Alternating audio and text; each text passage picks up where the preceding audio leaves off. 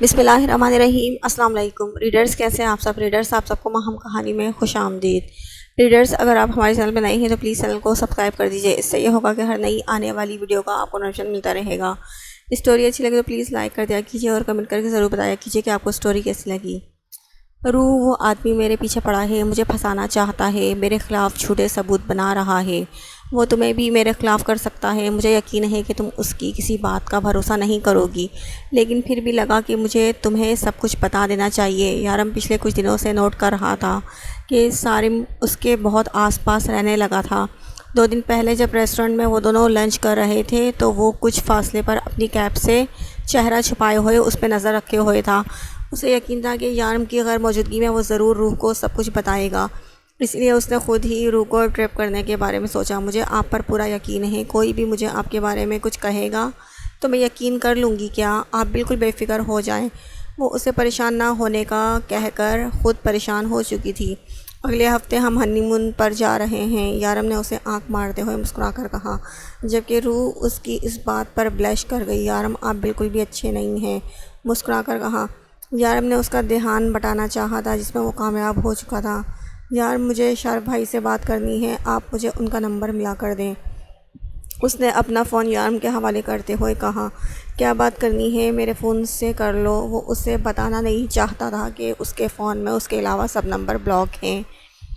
مجھے انہیں چیلنج دینا ہے، روح نے سوچتے ہوئے کہا۔ روح، یہ کوئی وقت ہے چیلنج دینے کا، تم صبح اس سے بات کر لینا۔ یارم نے فون واپس رکھتے ہوئے کہا، نہیں، آپ مجھے ابھی فون ملا کر دیں، ابھی میں ان سے بات کروں گی۔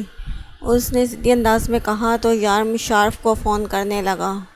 اس نے فون ملا کر فون اس کے حوالے کر دیا تھا۔ وہ خود بھی نہیں سمجھ پا رہا تھا کہ آخر وہ اس کی ہر بات کو کیوں مانتا ہے۔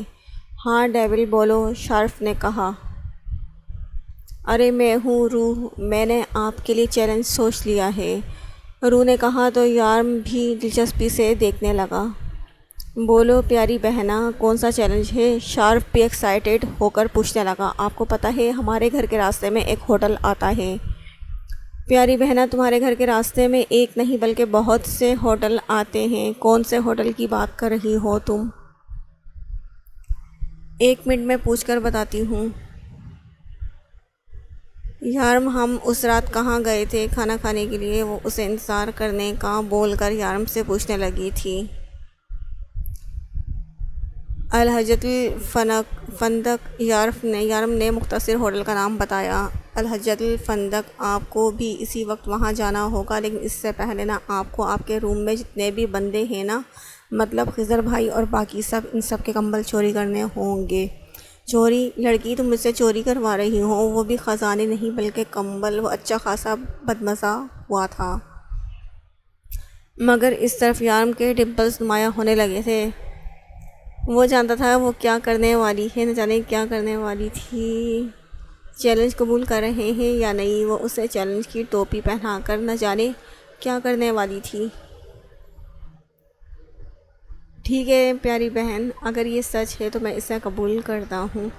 شارف کے اس فلیٹ میں بہت سارے لڑکے رہتے تھے جو تقریباً سبھی ان کے ساتھ کام کرتے تھے۔ شارف چوری سے باری باری سب کے بستر کے قریب گیا اور بڑی صفائی سے سب کے اوپر سے کمبل نکالنے لگا۔ ہیٹرز چلنے کی وجہ سے کسی نے محسوس نہیں کیا تھا۔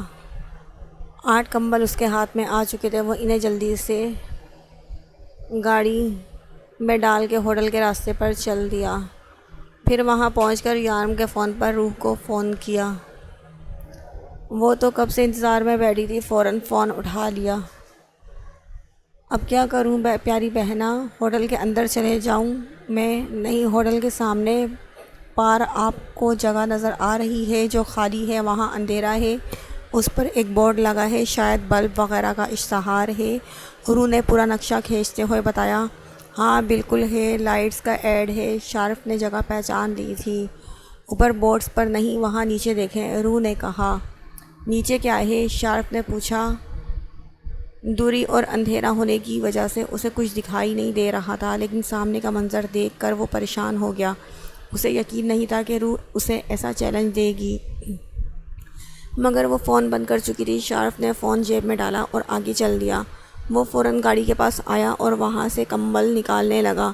جلدی سے وہ کمبل نکالے اور دوڑ کر اس بورڈ کے نیچے آیا۔ یہاں چھوٹے چھوٹے یتیم بے سہارا بچے زمین پر سردی سے کانپ رہے تھے۔ اس نے جلدی سے بچوں کے اوپر کمبل ڈالنا شروع کیا۔ ایک بچہ جاگ رہا تھا۔ حل تعافی من تزیہ برو، تمہیں سردی لگ رہی ہے کیا؟ شارف نے پوچھا۔ البرجن جانے ان، سردی بھی اور وہ بھوک بھی، بچوں نے روتے ہوئے کہا۔ شاید اسے بھی پہلی دفعہ کوئی ہمدرد ملا تھا۔ شارف سے مزید بولا نہ گیا۔ وہ فوراً اٹھ کر اس پار ہوٹل میں گیا اور وہاں سے ان سب بچوں کے لیے کھانا لیا اور پھر جلدی سے واپس آ کر انہیں کھانا کھلانے لگا۔ اس کی آنکھ سے ایک آنسو چھلکا تھا، شاید ہمدردی کا۔ وہ روح کا شکر گزار تھا، آج اس کی وجہ سے پہلی بار کوئی نیکی کی تھی، ورنہ اسے تو ہمیشہ سے ایسے چیلنجز ملے تھے جنہیں پورا کرنے کے بعد اسے یا تو بہت برا محسوس ہوتا یا خود پر غصہ آتا، لیکن آج وہ دل سے خوش تھا۔ اس نے روح کو فون کیا۔ روح نے فوراً فون اٹھا لیا تھا۔ تھینک یو مجھے ورلڈ کی بیسٹ بہن دینے کے لیے، بس اتنا ہی کہہ کر فون بند کر دیا۔ وہ ہنستے ہوئے یارم کو دیکھنے لگی۔ تم مجھے بھی تو کہہ سکتی تھی اس کام کے لیے، یارم نے کہا۔ ہاں لیکن آپ یہ کام میرے لیے کرتے، شارف بھائی نے یہ اپنے لیے کیا ہے، وہ ہنستے ہوئے بولی تو یارم نے اسے اپنے قریب کرنا چاہا۔ ابھی میرا آخری ڈرامہ ختم نہیں ہوا۔ وہ فوراً اس کے قریب سے اٹھ کر باہر جانے لگی تھی۔ یہ لڑکی اور اس کے ڈرامے۔ وہ پیچھے آ کر صوفے پر بیٹھا، جبکہ روح پوری طرح سے ڈرامے میں ڈوبی تھی۔ وہ کبھی ٹی وی اسکرین کی طرف دیکھتا تو کبھی اپنی پیاری بیوی کا ایکسپریشن، جو صرف ڈرامہ دیکھتی نہیں تھی بلکہ فیل کرتی تھی۔ یارم آپ کے فون کا پاس ورڈ کیا ہے؟ اس کے سینے پر سر رکھ کے اس کے فون کو ہاتھوں میں لیے اس سے پوچھ رہی تھی۔ یارم آنکھیں موندے اس کے بالوں میں انگلیاں پھیر رہا تھا۔ گیس کرو، یارم نے آنکھیں موندے ہوئے کہا۔ ڈیول ہوگا، روح اسے دیکھتے ہوئے بولی تھی اور لکھنے لگی۔ یہ تو غلط ہے، روح نے منہ بنا کر کہا۔ اس انسان کا نام ہے جس سے میں سب سے زیادہ پیار کرتا ہوں۔ یارم نے اس کی مدد کرنی چاہی۔ روح نے پہلے سوچا، پھر شرماتے ہوئے اپنا نام لکھنے لگی۔ ارے اس کا پاس ورڈ تو میرا نام ہے، روح نے شرماتے ہوئے کہا۔ کیا بات کر رہی ہو تم؟ پتہ ہی نہیں تھا، یارم نے حیران ہوتے ہوئے کہا۔ روح بننے لگی۔ آپ بہت اچھے ہیں، وہ خوشی سے چہکتے ہوئے بولی۔ وہ اس سے اتنا پیار کرتا تھا کہ اپنا پاس ورڈ بھی اس کے نام پر رکھا تھا۔ ایسے مت کہو، اب تم پھر سے شرماؤ گی، مجھے تم پر پھر سے پیار آئے گا اور پھر تمہیں میں بالکل بھی اچھا نہیں لگنے لگوں گا، یارم شرارت سے کہتا اس پر جھکا۔ اس سے پہلے کہ وہ اس کی بات کا مطلب سمجھ کر بھاگتی پکڑی گئی۔ وہ صبح اٹھا تو روح اس کے قریب ہی سو رہی تھی۔ جب سے اس نے روح کو اپنی زندگی میں شامل کیا تھا، وہ کام پر بھی دیر سے جاتا تھا۔ یہی وجہ تھی کہ صبح نماز پڑھ کر روح دوبارہ سو جاتی تھی۔ وہ اسے ایسے ہی سوتا چھوڑ کر فریش ہو کر باہر آیا۔ مسز یارم کاظمی، آپ روز میرے لیے ناشتہ بناتی ہیں، آج آپ کا شوہر آپ کو اپنے ہاتھوں سے ناشتہ کروائے گا۔ وہ کچھ سوچتے ہوئے اس کے لیے ناشتہ بنانے لگا۔ تب ہی دروازے پر دستک ہوئی۔ اس نے جا کر دروازہ کھولا تو سامنے ہی خضر کھڑا تھا۔ یارم نے دروازہ کھول کر اسے اندر آنے کا اشارہ کیا۔ رات کو ایک عجیب واقعہ ہوا ڈیول، ہم سب لڑکوں کے کمبل چوری ہو گئے۔ اب ڈان کے گینگ میں چوریاں ہونے لگی ہیں، مجھے تو لگتا ہے اپنے ہی کسی لڑکے کی شرارت ہے، خضر نے کہا تو یارم کے گال پر ذرا سا ڈمپل نمایاں ہوا۔ میں یہاں سے جا رہا تھا تو سوچا ساتھ چلتے ہیں، وہ مسکراتے ہوئے بولا۔ تم کیا کر رہے ہو؟ وہ اسے کچن میں کچھ کرتا دیکھ کر پوچھنے لگا۔ تمہاری بھابھی کے لیے ناشتہ بنا رہا ہوں، یارم نے کہا۔ مطلب جورو کا غلام؟ خضر حیران اور پریشان ہو کر اس کی طرف دیکھ رہا تھا۔ وہ روز میرے لیے ناشتہ بناتی ہے، میرے کپڑے دھوتی ہے، میرا گھر سنبھالتی ہے، میری ہر ضرورت کا خیال رکھتی ہے، اور اگر ایک دن میں اس کے لیے ناشتہ بناؤں گا تو کیا میں جورو کا غلام ہو جاؤں گا؟ یارم نے اس کی طرف دیکھ کر کہا تھا۔ ارے میرا وہ مطلب نہیں تھا۔ اس سے پہلے کہ خضر کچھ اور کہتا، روح کمرے سے باہر نکل کر آتی ہوئی نظر آئی۔ السلام علیکم بھائی، کیسے ہیں آپ؟ وعلیکم السلام، میں ٹھیک ہوں۔ یہاں آئیں بھابھی، آج آپ کے خاوند محترم نے اپنے ہاتھوں سے آپ کے لیے ناشتہ بنایا ہے۔ خضر مسکراتے ہوئے بولا تھا۔ آپ نے کیوں بنایا؟ میں بنا دیتی نا۔ روح کو شرمندگی ہوئی۔ تم روز بناتی ہو، سوچا آج میں خود تمہارے لیے بناؤں، اپنے ہاتھوں کا ذائقہ چکھاؤں۔ یارم نے اس کے لیے کرسی گھسیٹی تھی۔ خضر بھائی، آپ کے گھر میں کون کون ہے؟ نہ جانے روح کے دل میں کیا آئی کہ پوچھ بیٹھی۔ کوئی بھی نہیں، جواب یارم کی طرف سے آیا تھا۔ آپ مجھے چھوڑیں، آپ بتائیں آپ کے گھر میں کون کون ہے؟ خضر نے مسکرا کر پوچھا۔ شاید وہ اپنے بارے میں بات نہیں کرنا چاہتا تھا۔ امی اور 3 بہنیں اور پڑوس میں فاطمہ بیوی، وہ بھی بالکل میری ماں جیسی ہیں۔ جب مجھے میری دوسری امی نے پالا ہے، میں پیدا ہوئی تب میری سگی امی اور ابو فوت ہو گئے تھے۔ دوسری امی مطلب سوتیلی امی؟ جی، روح بس اتنا ہی بولی تھی۔ یارم پلیز مجھے آج گھر فون کرنے دیں، وہ اتنی محبت اور منت بھرے انداز میں بولی۔ یارم اسے دیکھ کر رہ گیا۔ اگر وہ اس کے منہ پر انکار کرتا تو آج وہ بہت ہارڈ ہوتی، اسی لیے بہانہ بنانے لگا۔ وہ دراصل میرے پاس اب نمبر نہیں ہے روح، ورنہ میں تمہاری بات کروا دیتا تمہارے گھر والوں سے۔ یارم نے بات بنانے کی کوشش کی۔ ہاں بھابھی، وہ ڈیول کا فون خراب ہو گیا تھا اور نمبر سارے ڈیلیٹ ہو گئے تھے۔ خضر نے بھی ساتھ دینے کی کوشش کی۔ میرے پاس فاطمہ بی بی کا نمبر ہے، میرے موبائل میں میرے پاس، میری شادی والے دن انہوں نے مجھے نمبر دیا تھا، میں ابھی لاتی ہوں۔ روح جلدی سے اٹھی اور کمرے میں چلی گئی۔ ڈیول اب کیا ہوگا؟ خضر نے پریشانی سے پوچھا۔ میں اسے خود سے دور نہیں جانے دوں گا، چاہے جو بھی ہو جائے۔ اگر آج سچ پتہ چل بھی گیا تو بھی میں اسے خود سے دور نہیں جانے دوں گا۔ وہ میری ہے اور میں جانتا ہوں میرا خدا اسے مجھ سے دور نہیں کرے گا۔ یارم نے کمرے کے دروازے کی طرف دیکھتے ہوئے کہا۔ جہاں ابھی روح گئی تھی وہ ہاتھ میں کاغذ کا ایک ٹکڑا لیے ہوئے ان کی طرف آئی۔ یہ نمبر ہے۔ وہ یارم کے آگے فون اٹھا کر نمبر ملانے لگی۔ بیل جا رہی ہے، وہ ایکسائٹیڈ ہوئی، جبکہ خضر یارم کو دیکھ رہا تھا جو ٹیبل پر ہاتھ کی انگلی سے لائنیں بنانے میں مصروف تھا۔ یارم جب ٹینشن میں ہوتا تھا تو ایسے ہی کرتا تھا اور پھر ایسے ہی اس ٹینشن کی وجہ کو جڑ سے اکھاڑ دیتا تھا۔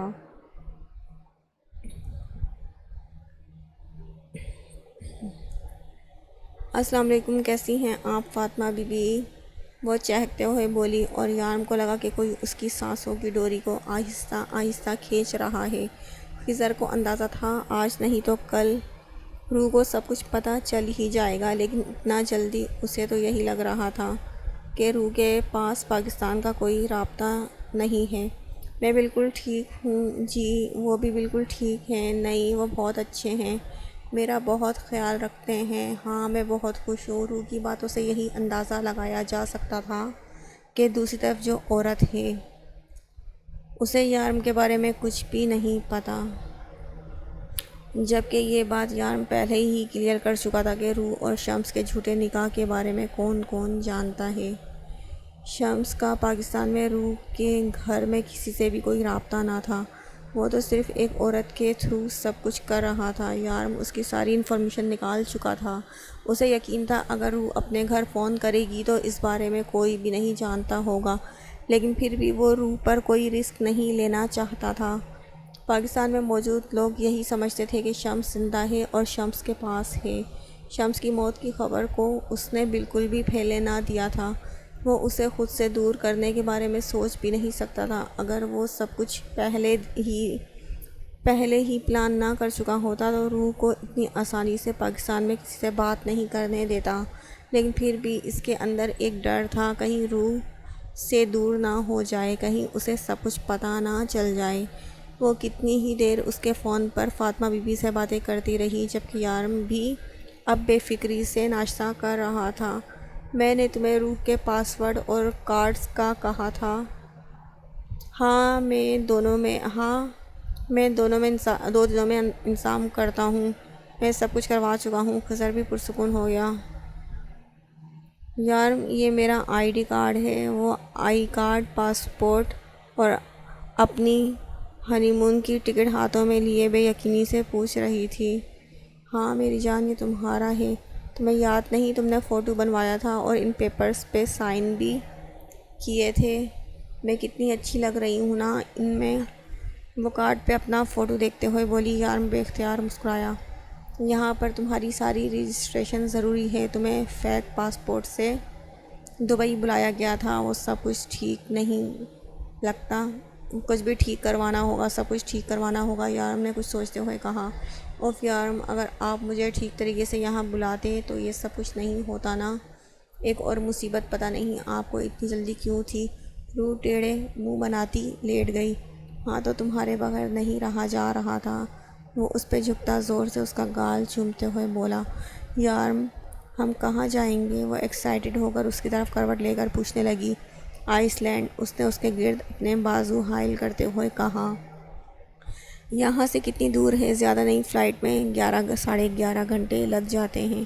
یا اللہ، 11 گھنٹے! اتنی دیر ہم کیسے بیٹھیں گے جہاز میں؟ وہ اس سے پوچھنے لگی۔ ویسے ہی جیسے تم پاکستان سے دبئی تک بیٹھی تھی۔ پاکستان سے دبئی بہت دور ہے، آئس لینڈ بھی دبئی سے بہت دور ہے، وہاں پر پہاڑ ہیں۔ یارم نے اس کی باتیں سنتے ہوئے سونے کے لیے آنکھیں بند کیں تو وہ اس کے منہ پر ہاتھ رکھ کے پوچھنے لگی۔ وہ اکثر ایسے ہی باتیں کرتے ہوئے سوتے تھے، لیکن شاید آج سونے کا کوئی ارادہ نہ تھا۔ ہاں وہاں پر پہاڑ ہیں، برف ہے، سمندر ہے، اور اکتوبر کے اینڈ میں دبئی میں خاصی گرمی تھی۔ صرف رات کے وقت تھوڑی بہت سردی لگتی، لیکن یہاں کے تو لوگ اتنے نازک تھے کہ ابھی سے کمبل لینے لگے، جبکہ روح کو تو اپنے پر کمبل بالکل بھی اچھا نہیں لگتا تھا۔ اگر رات میں یارم غلطی سے اس پر کمبل ڈال دیتا تو وہ جلدی سے ہٹا دیتی اور کہتی، اتنی گرمی میں آپ کیسے لے کے سوتے ہیں؟ جبکہ اس علاقے میں سمندر کے قریب ہونے کی وجہ سے یہاں کافی ٹھنڈ پڑ رہی تھی۔ رات ایسے ہی گزری، ساری رات یارم اس کی باتیں سنتا رہا۔ مجھے آئس لینڈ میں گھومنے پھرنے کی بات کر رہی تھی۔ یارم سن کے ہنسا۔ ویسے بہت سردی ہے میری جان۔ ہاں جیسے یہاں آپ کو بہت سردی لگتی ہے، بالکل ویسے ہی نا۔ میں پہلے بتا دیتی ہوں، ہم ساری جگہوں پر گھومنے جائیں گے، خبردار جو آپ وہاں جا کے بستر میں گھسے۔ وہ ابھی سے اسے دھمکیاں دے رہی تھی۔ وہ جب بھی سونے لگتا پھر اسے کوئی بات یاد آ جاتی۔ ساری رات سوتی جاگتی کیفیت میں گزر گئی، جبکہ روح تو ایک سیکنڈ کے لیے بھی نہ سوئی تھی۔ صبح اٹھتے ہی یارم کام پر جانے لگا۔ وہ ہنی مون پر جانے سے پہلے اپنا سارا کام نپٹا دینا چاہتا تھا۔ وہ دروازے پر رک کر روح کا انتظار کرنے لگا۔ روح جو برتن دھو رہی تھی۔ روح یار جلدی آؤ، مجھے کام پہ جانا ہے، اس نے پکارا تو وہ جلدی سے ہاتھ صاف کرتی کچن سے باہر نکلی۔ روح یارم سے ہائٹ میں کافی کم تھی، یارم کو اس کے سامنے مکمل جھکنا پڑتا۔ یارم اس کے سامنے جھکا اور ہمیشہ کی طرح اس نے شرماتے ہوئے اس کے سر پر بوسہ دیا تھا۔ یہ عادت اس کے نکاح کے روز سے برقرار تھی، جبکہ یارم کو اس کی یہ عادت سب سے پیاری لگتی تھی۔ اس کے سر پر پیار کر کے وہ ہمیشہ شرماتی اور اس پیاری سی ادا پہ یارم کے ڈمپل نمایاں ہوتے۔ پھر یارم نے دروازہ بند کرنے کا آرڈر دیا، جس کی روح نے تکمیل کرتے ہوئے فوراً دروازہ بند کر دیا اور ایک بار پھر سے آئس لینڈ کے بارے میں سوچنے لگی۔ کل تقریباً 1 گھنٹہ فاطمہ بی بی سے بات کرتی رہی۔ اس نے ان سے گھر کا نمبر بھی مانگا تھا، لیکن فاطمہ بی بی نے کہا کہ انہیں تو کبھی نمبر کی ضرورت ہی نہیں پڑی، لیکن کل یا پرسوں وہ اس کے گھر جا کر اس کی امی کا نمبر لے لیں گی۔ وہ چاہتی تھی کہ وہ آج ہی امی سے بات کر لے، کیونکہ یارم نے کہا تھا کہ ہنی مون پر کوئی انہیں ڈسٹرب نہیں کرے گا۔ تم مجھے اگنور کیوں کر رہے ہو؟ میں تم سے بات کرنا چاہتی ہوں اور تم مجھے دیکھتے تک نہیں۔ کیا مسئلہ ہے تمہیں؟ مجھے کوئی مسئلہ نہیں، لیکن میں تم سے بات نہیں کرنا چاہتا۔ تم نے جو اس دن میرے ساتھ کیا ہے نا، وہی بہت ہے۔ تم نے ڈیول کی نظروں میں مجھے گرانے کی کوشش کی۔ لیلا، مجھے لگا تھا تم چاہے کتنی بھی مطلبی کیوں نہ ہو جاؤ، لیکن اپنے مطلب کے لیے کسی دوسرے کا استعمال نہیں کرو گی۔ بہت غلط سوچ تھی میری۔ میں یہ سوچتا تھا کہ تم ڈیول کو سمجھتی ہو، تم اس کے لیے ایک پرفیکٹ لائف پارٹنر ہو، لیکن سچ تو یہ ہے کہ تم اس کے قابل ہی نہ ہو۔ شارف ایک لفظ چبا کر بولا۔ تم اس 2 کی لڑکی کے لیے زبان سنبھال کر بات کرو لیلا۔ تم میری بہن کے بارے میں بات کر رہی ہو، اگر ایک بھی لفظ اور کہا تو زبان کاٹ دوں گا تمہاری۔ وہ غصے سے دھاڑا تھا، جبکہ لیلا تو اس کے انداز و لہجہ دیکھ کر رہ گئی۔ میں تمہیں آخری بار بتا رہا ہوں لیلا، اگر تم نے میری بہن کی خوشیوں میں آگ لگانے کی کوشش کی تو میں بھول جاؤں گا کہ تم میری دوست تھیں۔ اس نے تھی پر زور دیا اور لمبے لمبے ڈگ بھرتا وہ وہاں سے نکل گیا، جبکہ لیلا سرخ چہرہ لیے اسے جاتے ہوئے دیکھ رہی تھی۔ فرقان بھائی میری مدد کریں، ڈیول نے میرے بھائی کو مار دیا، میری آنکھوں کے سامنے، آپ یقین نہیں کریں گے اس نے میرے بھائی کو کیسے تڑپا کر مارا۔ اس نے میرے سامنے اس کے منہ میں تیزاب سے بھری ہوئی بوتل ڈال دی، وہ میرے سامنے مر گیا، میں کچھ نہیں کر سکا، یہاں تک کہ وہ میرے پاس موجود ساری ویڈیوز بھی ڈیلیٹ کروا چکے ہیں۔ مجھے اور کچھ نہیں چاہیے، بس مجھے میرے بھائی کی موت کا بدلہ چاہیے، بدلہ لینا ہے۔ فرقان بھائی آپ کے علاوہ اور کوئی میری مدد نہیں کر سکتا، وکرم دادا بھی ہمارے خلاف ہیں، انہیں بھی یہ کام پسند نہیں تھا، ورنہ وہ اس معاملے میں میری مدد ضرور کرتے، لیکن اسے ڈیول کے کام کرنے کا انداز پسند ہے۔ فرقان بھائی میں آپ کے سامنے ہاتھ جوڑتا ہوں، مجھے اور کچھ نہیں چاہیے، بس اپنی آنکھوں سے ڈیول کی لاش دیکھنا چاہتا ہوں۔ راشد اس وقت اپنے سامنے صوفے پر بیٹھے فرقان کی منتیں کر رہا تھا۔ فرقان کا بہت بڑا گینگ تھا، وہ اپنے آپ میں پاور رکھتا تھا، وہ اس علاقے پر حکومت کرتا تھا، پر ڈیول کو اپنا سب سے بڑا دشمن مانتا تھا۔ تم فکر مت کرو راشد، میں تمہارے ساتھ ہوں۔ جہاں تک وکرم دادا کی بات ہے تو ہم ان کو صرف یہی بتائیں گے کہ ڈیول کے ہاتھوں تمہارا بھائی مارا گیا، یہ نہیں بتائیں گے کہ وہ کیوں مارا گیا۔ وکرم دادا ہمارا ساتھ ضرور دیں گے، اور پھر لگے ہاتھ میں بھی ڈیول سے اپنے پرانے حساب چکتا کر لوں گا۔ لیکن ڈیول کو ختم کرنا اتنا بھی آسان نہیں، وہ باز کی نظر رکھتا ہے، شیر کی طرح سے دہاڑنا جانتا ہے تو چیتے کی طرح چیرنا بھی جانتا ہے، وہ اتنی آسانی سے ہمارے ہاتھ نہیں آئے گا۔ ڈیول کو راستے سے ہٹانا اتنا آسان نہیں، اس کی کوئی کمزوری بھی نہیں، دوست نہ ساتھی نہ عورت نہ دولت، کس طرح ہم اسے مات دیں گے؟ لیکن ہم وکرم اور ہم ایک ساتھ ہو جائیں تو یہ زیادہ مشکل بھی نہیں رہے گا، تم سب کچھ سنبھال لو گے نا خضر، مجھے شکایت کا موقع نہ ملے، اور شارف کی طرف سے تو ہرگز نہیں۔ وہ اس وقت خضر کو سارا کام سمجھا رہا تھا، وہ اپنے پیچھے خضر کو چھوڑ کے جا رہا تھا۔ تم بالکل بے فکر ہو،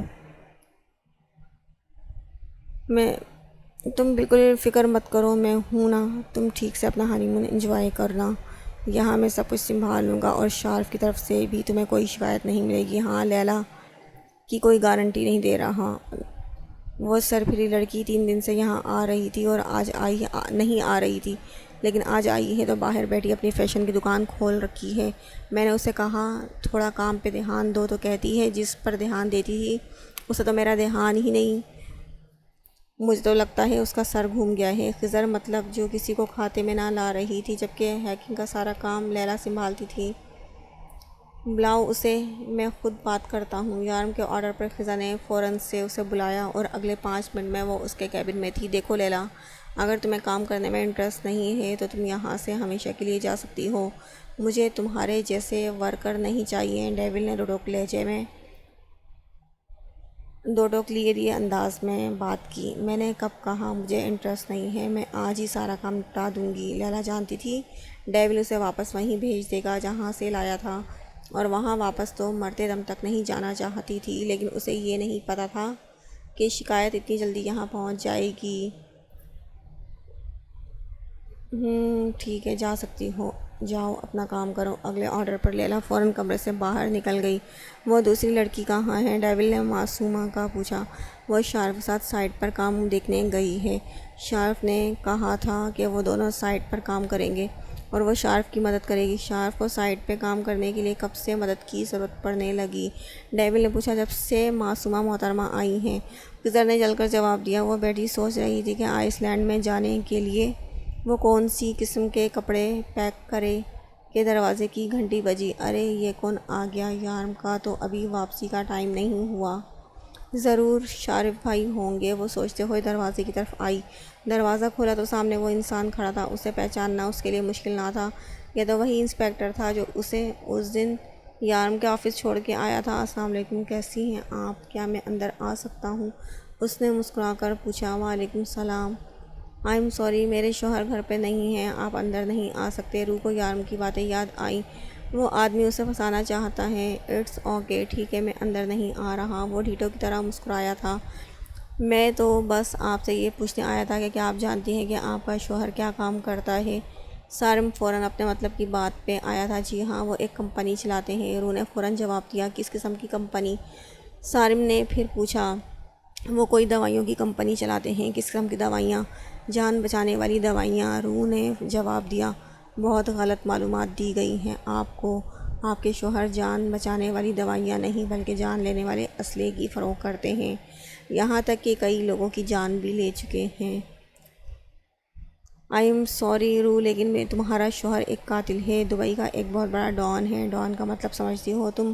گناہوں کی دنیا کا بادشاہ، ایک قاتل جس کی نظروں میں کسی کی جان کی کوئی اہمیت نہیں۔ چڑھا، خبردار، جو آپ نے میرے شوہر کے خلاف ایک لفظ بھی کہا، مہربانی جیسے آئے ہیں ویسے جائیں، یا پھر میں گارڈز کو بلا کر آپ کو دھکے مروا کر یہاں سے باہر نکلواؤں۔ روح خود بھی نہیں جانتی تھی کہ اس پہ اتنی ہمت کہاں سے آئی۔ روح، تم بہت بڑی غلطی کر رہی ہو، تمہارا شوہر اتنا اچھا نہیں ہے جتنا وہ بن رہا ہے، وہ تمہیں دھوکے میں رکھ رہا ہے، بہت پچھتاؤ گی۔ روح، میری مدد کرو، ایسے انسان کی عام دنیا میں کوئی جگہ نہیں ہے، اس کی جگہ جیل کے اندر ہے۔ وہ انسان نہیں، درندہ ہے، درندہ۔ ڈیول کا مطلب سمجھتی ہو؟ شیطان، وہ ایک شیطان ہے۔ روح، اور انسانوں کے درمیان میں شیطانوں کے لیے کوئی جگہ نہیں ہے، بس کریں خدا کے لیے چلے جائیں یہاں سے۔ روح تقریباً چلاتے ہوئے بولی اور اس کے منہ پر سے دروازہ بند کر دیا۔ سارم کافی دیر تک دروازہ کھڑا رہا لیکن روح نے دروازہ نہیں کھولا۔ تھوڑی دیر کے بعد وہ چلا گیا تو روح نے یارم کو فون کر کے سب کچھ بتایا۔ وہ فون پر بھی مسلسل رو رہی تھی۔ وہ تو شکر ہے یارم، آپ نے یہ ساری باتیں پہلے ہی مجھے بتا دی، ورنہ نہ جانے یہ گرا ہوا انسان آپ کے خلاف کیا کیا بتاتا۔ آپ کو پتہ ہے وہ کیا کہہ رہا تھا؟ وہ کہتا ہے کہ آپ قاتل ہیں، آپ نے خون کیے ہیں لوگوں کے، لیکن میں نے یہ بھی اسے بتا دیا کہ آپ ایسے نہیں ہیں اور نہ ہی آپ ایسا کبھی کر سکتے ہیں۔ وہ روتے ہوئے بول رہی تھی اور اس کا ہر آنسو یارم کے دل پر گر رہا تھا۔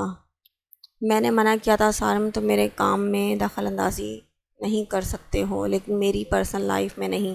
تم نے میری بات نہیں مانی تو میں اس کی قیمت چکانی پڑے گی۔ روح کا فون بند ہوتے ہی اس نے سارم کو فون کیا تھا۔ اس کا نمبر دیکھتے ہی سارم نے فون اٹھا لیا۔ بھابھی کے ہاتھ کا تھپڑ کیسا لگا؟ پہلا سوال ہی بے ڈھنگا سا تھا۔ یارم، تو بہت غلط کر رہا ہے اس لڑکی کو دھوکہ دے کر، آج نہیں تو کل اسے سب کچھ پتہ چل جائے گا، پھر کیا کرے گا تو؟